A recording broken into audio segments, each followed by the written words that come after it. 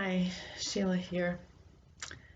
I'm feeling compelled to share as much as I can these days about what we can do to de-stress, to decompress, to provide some much needed relief to our nervous systems as we take in the news and as we adjust to very new and certainly stressful living times.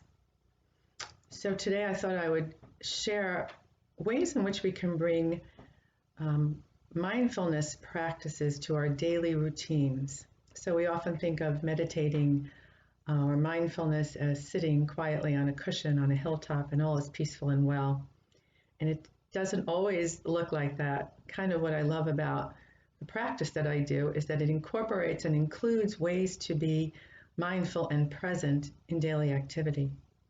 And the value of being totally present, that anchoring that I've spoken about, is where the release and the relaxation comes on the cellular level.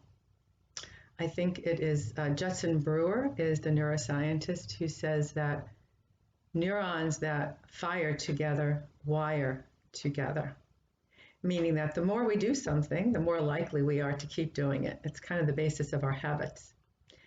So when we create a healthful habit of being present, we can derive the benefits, but we need to keep doing it over and over, little bits, many times. So I know some of us are living alone and more quietly, and some of us are living with very busy families. So when we can't take time to lie down and maybe do a body scan or relax, maybe there are just moments during the day when you can deliberately and purposefully call your awareness inward, and I do believe it will give us much needed relief. So one of the practices that I like to begin with people is eating mindfully. So it is something that's hard to do with a family table full of people, but maybe there's time for an afternoon coffee or tea, or just a sit for a moment where we can be mindful of what we're doing. And a nice kind of fun way to begin that awareness is with a Hershey's Kiss. You can see how little it is. So when you unwrap this shiny thing, it makes a little noise, the crinkling of the paper, and it has a certain aroma of chocolate. So begin by noticing all the things that can land on your senses from just picking up the kiss, unwrapping it.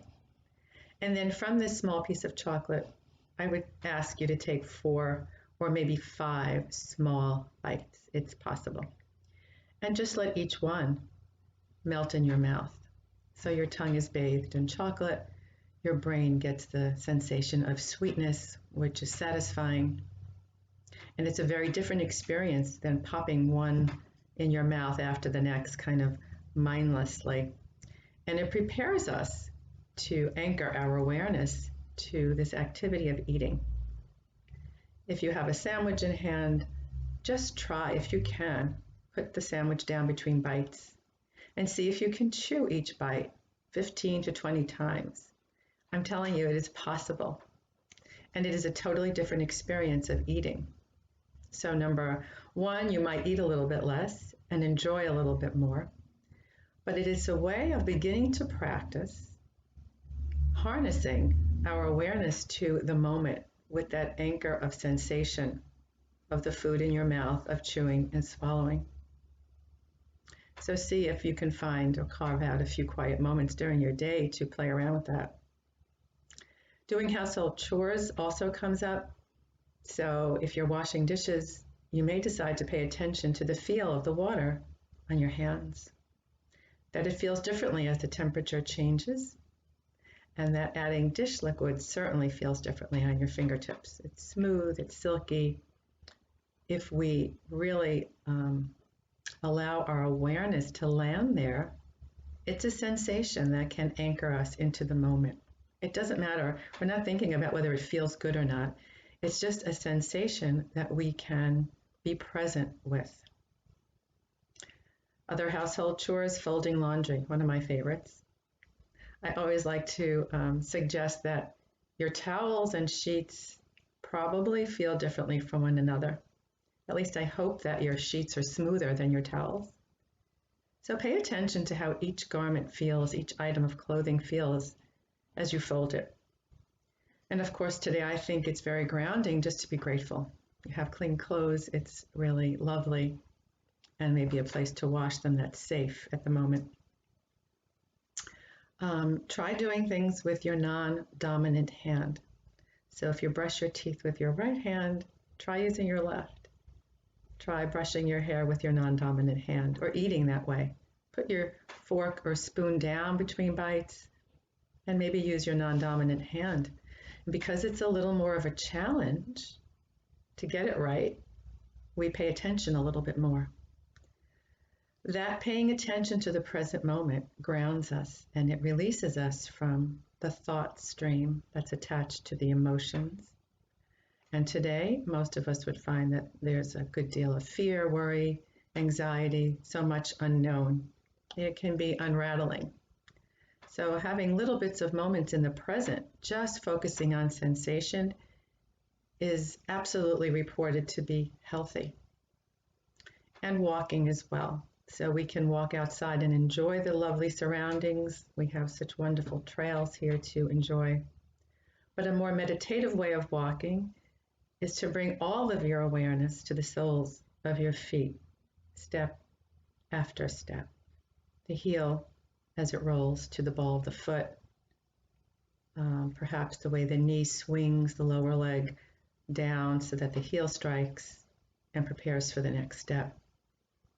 It's quite an amazing thing that our bodies do in walking that we just don't even notice, the balance, the moving forward, the upright nature of it. So anchoring to body sensations means you're in the moment. So we may have a memory of a past pain or a physical experience or a future hope of one. But when you are paying attention in the moment to a sensation in your body, you are really in the present moment. So we can build on that moment after moment. Just a few of them throughout the day. And there's a good chance you'll have a little bit of relief from the thought stream. And again, the thought stream is not to be demonized in any way. It will accompany you everywhere you go.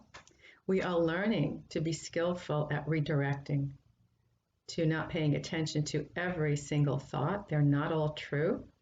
They're not all requiring us to do anything about them. Sometimes we just have to let them go.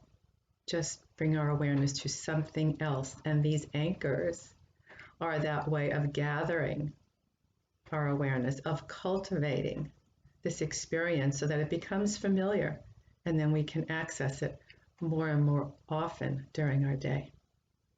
So I hope you'll try some of these practices when you can. I know that for some of us, there's a lot of free time, and for some of us, there's less actually, now that we're home.